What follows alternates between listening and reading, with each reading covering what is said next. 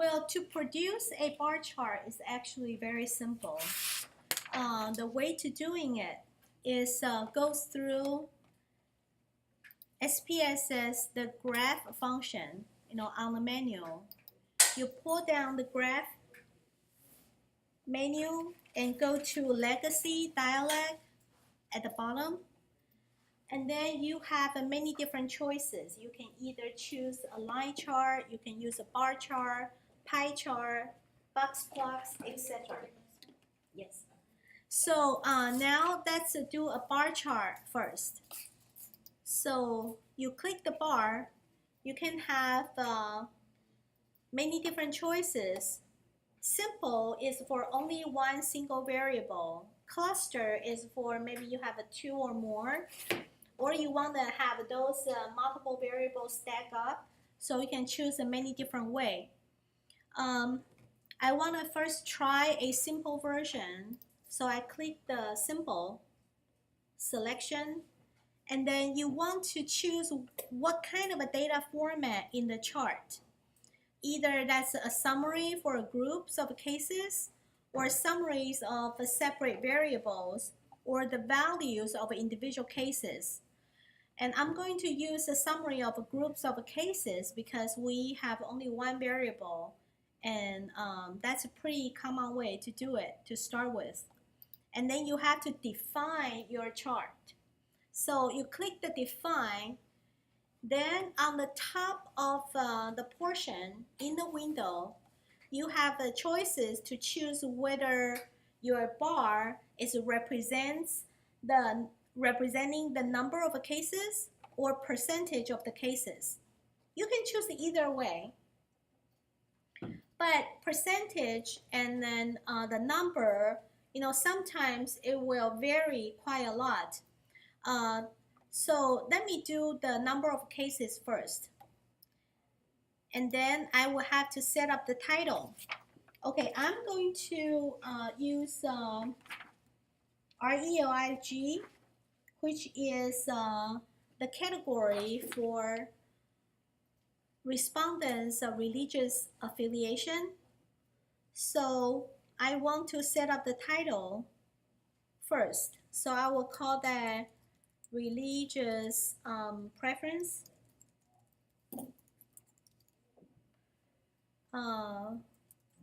For 2006 GSS. Okay. Every time when you generate a chart, whether that's a bar chart or pie chart or any others, you always have to have your title including the variable name, okay, or variable description. If that is a part of the correlation, then you have to mention what is correlation for what and what, okay, A and B, so that you know what this chart is talking about. By the way, other than the relationship on the title, you also want to list the year, so we know this data is representing which year of the data. So I'm telling you three information that this is for the religious preference variable is in GSS 2006. So three information, and then continue. If you think that one line for a title is too short, you don't have enough information, you can have a subtitle, that's fine. Then after that,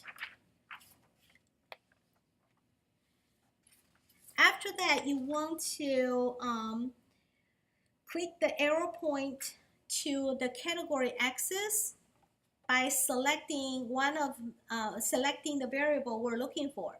Because I want to use the RELIG, that's a religious preference. So I'm gonna move this variable to the category X. And that's it, because we have only one variable. So that's the place you select, and you click OK.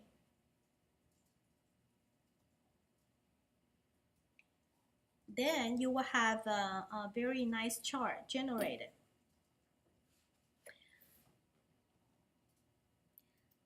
However, other than making a comparison of a different category, in the chart, we can obviously see that Protestant has a higher portion than Jewish or than others, and also about double the size of Catholics. But without a real number, without the specific value in there, we don't know whether or not it's really double. So to add that information, you can double click this chart. So when you double click the chart, it will come out this chart editor so that you can edit the information. For example, you can edit the title. Okay, when you double click it, you can edit the title. For example, this is my table 1. Okay, and then I found out, oh, I forgot to add something else by case number, right? You can add something. And then on the chart, when you click all these bar, you can also change the color, and you can change the border.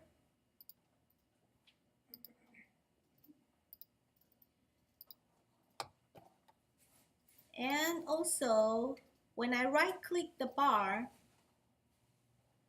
I can ask them to show data labels. So right now, I want to show the count. So after these finish editing, see my new chart turns out. Where did you go to?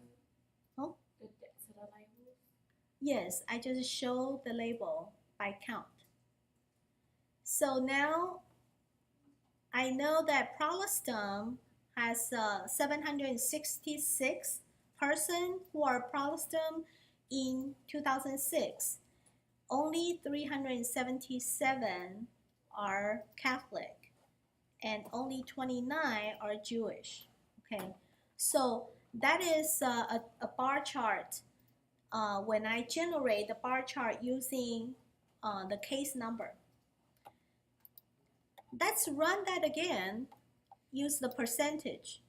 So again, I go to the graph. I go to legacy dialect. Go to the bar. Simple. Define. This time, I want to use percent of cases. I still use the same title, but this time it's by percentage.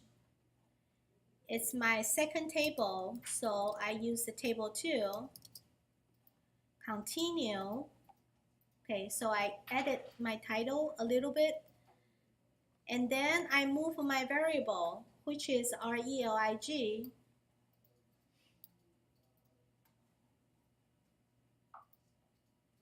Oh, I already moved here. I forgot. Okay, so we have RELIG is here already. Now I can click OK. So see, this table 2, you can see that it's slightly different. I mean, in proportion when you compare to the first one. So here, I want to edit this a little bit by showing the label as well. So I double click the chart, go to the chart editor, then I right click the bar. I want to show data label. This time I want to show by percentage. I close. Also, I really don't like the color, so I'm gonna change the color. So now I have my second chart.